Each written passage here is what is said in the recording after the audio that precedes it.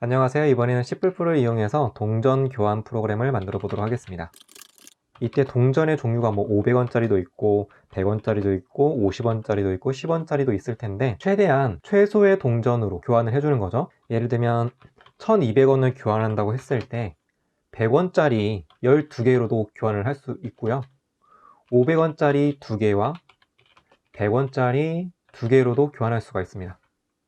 그런데 이때 두 번째 500원짜리를 먼저 최대한 확보를 해놓고 이걸로 안 되는 거를 그 다음 100원짜리로, 그걸로 안 되는 거는 50원짜리, 이걸로 안 되는 거는 10원짜리. 이게 효율적이겠죠? 그러면 제일 먼저 할 일은 사용자로부터 어떤 금액을 먼저 입력을 받아야 되잖아요. 그 금액을 입력받을 변수를 하나 만들게요. 정수형 변수를 만들고요. 동전의 개수가 여기 있는 것처럼 500원, 100원, 50원, 10원 이렇게 종류가 있으니까 이 각각의 종류마다 동전의 개수를 저장할 변수도 필요하겠죠. 코인 500, 코인 100, 코인 50, 코인 10 이렇게 해서 변수를 추가로 만들어줬고요. 이제는 사용자에게 교환할 돈의 금액을 입력해 주세요 라고 물어보고요. 입력을 받습니다. 이때 입력받은 값은 어떤 변수에 저장해야 되냐면 money라는 변수에 저장을 해줘야 되겠죠. 자, 그러면 만약에 사용자로부터 3670원을 동전으로 교환해 달라고 요구받았다고 해볼게요.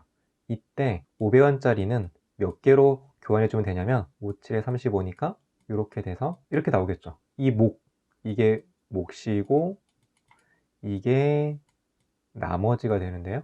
이 몫만큼 500원짜리를 주면 됩니다. 몫을 구하는 방법은 코인 500은 money를 뭐로 나눠주면 되냐면 500으로 나눠주면 되겠죠. 이제 이 나머지를 갖고 또 100원짜리는 또 몇 개가 필요한지를 계산을 해줘야 됩니다. 그러니까 나머지도 알아야 돼요. 나머지를 구하기 위해서 이렇게 해주면 되겠죠. 이 연산자는 몫을 구하는 연산자고요. 이 연산자는 나머지를 구하는 연산자니까요. 그러면 처음에는 money라는 변수에 사용자로부터 입력받은 3670원이 원래 저장이 되어 있다가 이 코드에 의해서 이제 money에는 170원이 저장이 되어 있는 거죠. 자, 그러면 이번에는 100원짜리 동전은 얼마만 있으면 되는지 구해보도록 하겠습니다. 원리는 똑같겠죠? 원리는 똑같으니까 그냥 복사를 해줄게요. 500원, 100원, 50원, 10원 이렇게 해서 100원짜리 동전은 남은 170원을 100으로 나눈 몫이 되겠죠. 170을 100으로 나누면 몫이 1이고 나머지가 70이 됩니다. 바로 여기에 이 몫인 1이 저장이 되겠죠. 그리고 바로 이 연산에 의해서 나머진 70이 바로 이 money라는 변수에 들어가게 됩니다. 이번에는 50원짜리는 몇 개가 필요한지 알아보기 위해서 다시 또 70을 50으로 나눠주면 되겠죠. 그럼 몫이 1이고 나머지가 20입니다. 그래서 이 몫을 구하는 게 바로 이 부분이고요. 근데 여기를 수정해줘야 되겠네요. 50원. 그리고 여기 있는 나머지를 구하는 게 바로 이 연산이죠. money라는 변수에는 20원이 저장되어 있죠. 이거를 마지막에 10원짜리 동전의 개수를 구하기 위해서 10으로 나눠주게 되면 몫이 2가 되고 나머지가 0이 됩니다. 그러면 마지막에는 10 나누는 수도 10. 자, 이렇게 해주게 되면은 바로 이 몫이 이 연산에 의해서 구해지게 되고요.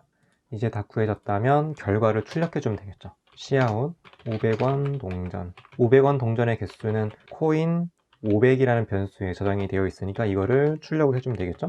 그리고 나머지 100원 동전, 50원, 10원 그리고 변수 이름을 각각에 맞게 수정을 해주면 되겠습니다. 제대로 만들어졌는지 한번 실행을 해볼게요.